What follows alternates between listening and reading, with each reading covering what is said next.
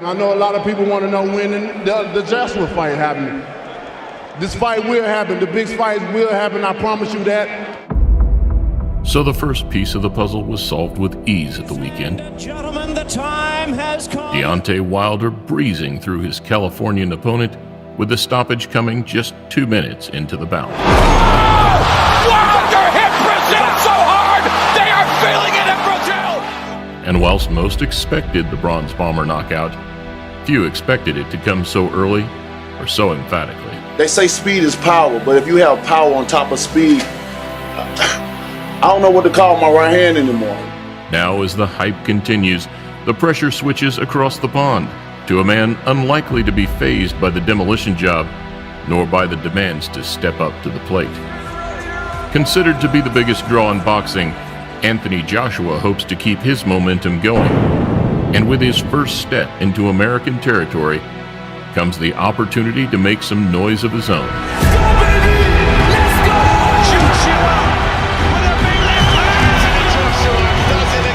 After Jarrell Miller failed 3 separate drug tests last month, a proven and clever power puncher hopes to prove a more troublesome replacement.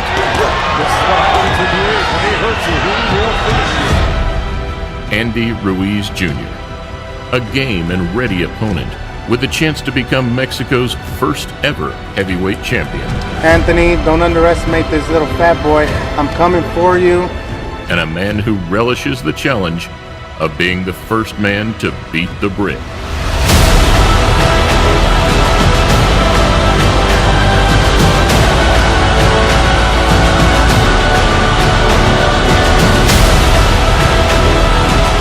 The 1st of June, Anthony Joshua's fight or flight debut on away soil. Will he be in for a rude awakening at Madison Square Garden, or another step closer to cementing his legacy in a packed-out heavyweight division? Ruiz Jr. Here we take a closer look at Anthony Joshua versus Andy Ruiz Jr. Welcome to a Motivedia presentation.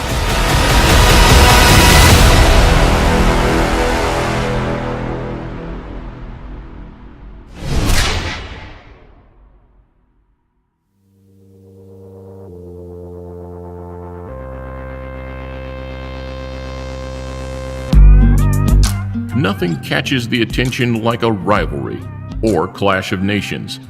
And likewise, traveling over the pond and taking a title from your opponent's backyard is the cherry on top.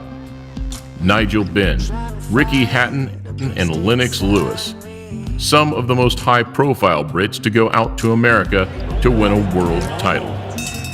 Footsteps that Anthony Joshua will be hoping to emulate, putting his name amongst some of the country's best ever. After the Miller drama, AJ struggled to find an opponent. Worse still, Ortiz turned down the fight, stating that he had been promised a Wilder rematch later this year, which left an opportunity for the Mexican to step in and collect a career-high payday. For my enemies, here I come, boy. I'm coming for you. However, now coming into the bout, Joshua admits he will have to be much smarter between the ropes. He looks to be improving every time out, building a resume that outshines any other in the division. 21 professional fights, 6 world championship fights. Does that not show you what route I'm going in? And the opportunity to put away a name like Ruiz, where Joseph Parker couldn't, would be yet another big claim. Is that for 5 or 6 rounds it's an absolute war, and then I believe Joshua will knock him out. Rocks the head back, and then Joshua goes to work and puts him on the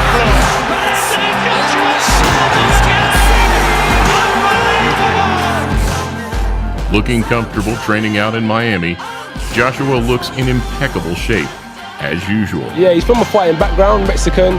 Look, it's a fight, isn't it? You know, these guys aren't going to come to lay down. They're not going to get in there and try and embarrass himself. So he's going to come game, and it's just my job to break him down round by round. Though, as Eddie Hearn dropped 4 potential names to expect next, fans will be hoping the focus remains on June 1st.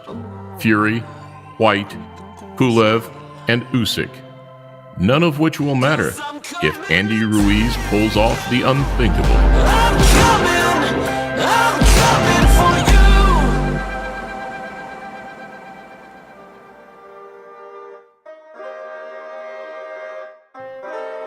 One thing for Ruiz, he certainly brings more than meets the eye.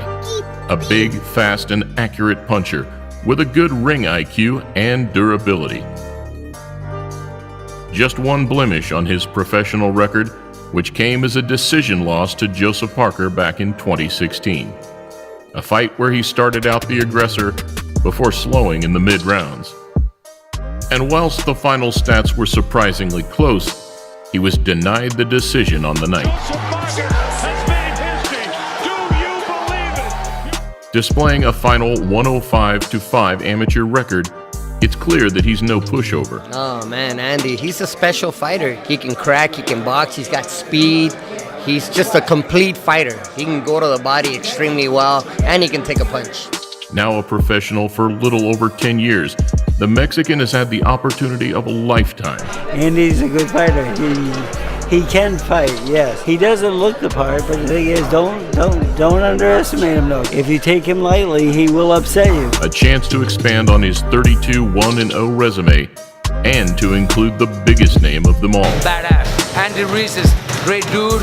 Manny Robles, they deserve that fucking big fight. I would love to see that happen. With life-changing money on the table, expect Ruiz to bring everything. And with those 3 belts dangling for the taking, don't be surprised if there are some early dramas come fight night.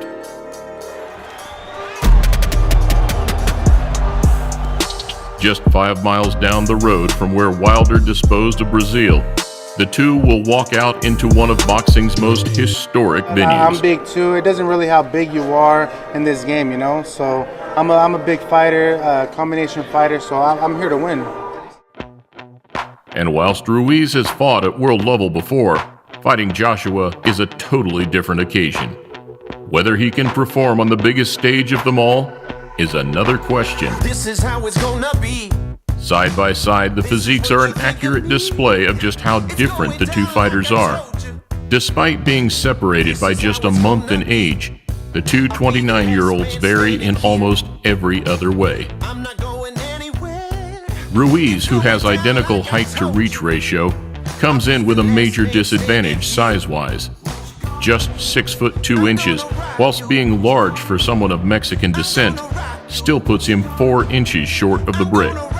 And with his short reach making him reliant on timing and accuracy, Joshua will be looking to potshot the Mexican to create openings.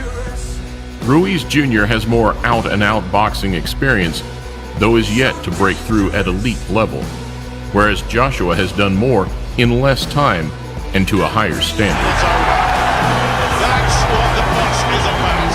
The Mexican is durable, but just how durable once he feels the power and pressure of AJ is the real question. He brings a lower punch output than that of Jarrell Miller, but accurate and destructive shots.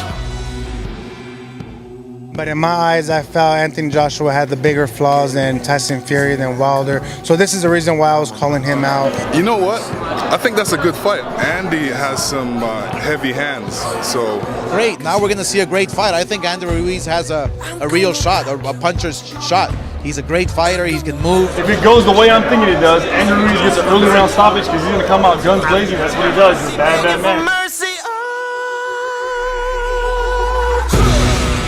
In theory, the Wilder and Joshua fights being so close together sets up the perfect narrative for a 2019 mega fight. But when that time comes, we'll see what happens. Though as we've seen over time, this is far from guaranteed. So whilst Eddie Hearn calls for no more excuses, the task at hand remains the priority. Joshua's hot. Joshua's in big trouble. Brute force, shutout power, and the chance of a lifetime. Will we see AJ start edging his way into the list of greats? Or will we witness the crowning of the first ever Mexican heavyweight champ? Joshua versus Ruiz Jr.